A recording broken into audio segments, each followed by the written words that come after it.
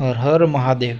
આજે આપણે વાત કરીશું નાગેશ્વર જ્યોતિર્લિંગ દ્વારકાની અને તેનો સંપૂર્ણ ઇતિહાસ અને તેનું રહસ્ય જાણીશું। આ ધરતી પર જ્યારે જ્યારે અધર્મ વધે છે, જ્યારે ભક્તો પર અત્યાચાર થાય છે, ત્યારે સ્વયં ભગવાન શિવ જ્યોતિર્લિંગ સ્વરૂપે પ્રગટ થાય છે। આજની આ કથામાં આપણે વાત કરવા જઈ રહ્યા છીએ ભગવાન શિવના 12મા જ્યોતિર્લિંગ, એક પવિત્ર જ્યોતિર્લિંગની। નાગેશ્વર જ્યોતિર્લિંગનો સંપૂર્ણ ઇતિહાસ શું છે જાણીએ। નાગેશ્વર જ્યોતિર્લિંગ ભગવાન શિવના 12મા પવિત્ર જ્યોતિર્લિંગમાંનું એક છે। આ પવિત્ર સ્થાન ગુજરાત રાજ્યના દેવભૂમિ દ્વારકામાં આવેલું છે। દ્વારકાથી આશરે 17 કિલોમીટર દૂર દારૂકા વન પાસે આવેલું છે। હવે જાણીએ પૌરાણિક કથા। પુરાણોમાં વર્ણવવામાં આવે છે કે દારૂકા વનમાં એક રહેતો હતો ભયંકર રાક્ષસ, જેનું નામ હતું દારૂકા। તે ભગવાન શિવનો કટ્ટર શત્રુ હતો અને શિવ ભક્તોને તો તે ભાડે પીડા આપતો હતો। એક વખત દારૂકાએ સુપ્રિયા નામની એક શિવ ભક્તને બંધક બનાવી। બંધનમાં હોવા છતાં સુપ્રિયા સતત ઓમ નમઃ શિવાયનો જાપ કરતી હતી।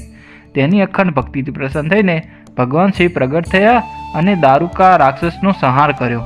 તે સ્થળે ભગવાન શિવ નાગેશ્વર જ્યોતિર્લિંગ સ્વરૂપે પ્રગટ થયા અને ત્યાં સ્થાપિત થયા। નાગેશ્વરનો અર્થ થાય છે નાગો પર શાસન કરનાર મહાદેવ।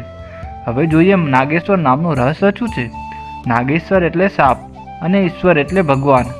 માન્યતા છે કે આ જ્યોતિર્લિંગ સાપના ઝેરથી, ભયથી અને નકારાત્મક શક્તિઓથી રક્ષા કરે છે। મંદિરનો ઇતિહાસ જાણીએ। નાગેશ્વર મંદિર પુનર્નિર્માણ આધુનિક સમયમાં કરવામાં આવ્યું છે। મંદિર પરિસરમાં આવેલી વિશાળ ભગવાનની શિવ પ્રતિમા 80 ફૂટ જેટલી ઊંચી છે, જે ભક્તોને અદ્ભુત આધ્યાત્મિક અનુભૂતિ કરાવે છે।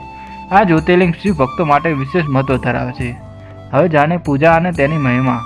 માન્યતા છે કે નાગદોષમાંથી મુક્તિ, ભય, નકારાત્મક ઉર્જાનો નાશ, કાળ સર્પદોષ નિવારણ, મનની શાંતિ વગેરે જેઓ દર્શનથી તમામ ફળ પ્રાપ્ત થાય છે। શ્રાવણ માસમાં વિશેષ મહત્વ। શ્રાવણ માસમાં વિશેષ ભીડ રહે છે। સોમવાર અને મહાશિવરાત્રિએ હજારો ભક્તો શિવની પૂજા અને જળ અભિષેક કરે છે। નાગેશ્વર જ્યોતિર્લિંગ માત્ર મંદિર નથી, પરંતુ અખંડ શક્તિ, ભક્તિ અને રક્ષાનું શિવ કૃપાનું જીવન પ્રતીક છે। હર હર મહાદેવ। જો તમને મારો વિડીયો ગમ્યો હોય તો લાઈક કરો અને ચેનલને સબસ્ક્રાઈબ કરો અને વધારે શેર કરો। હર હર મહાદેવ।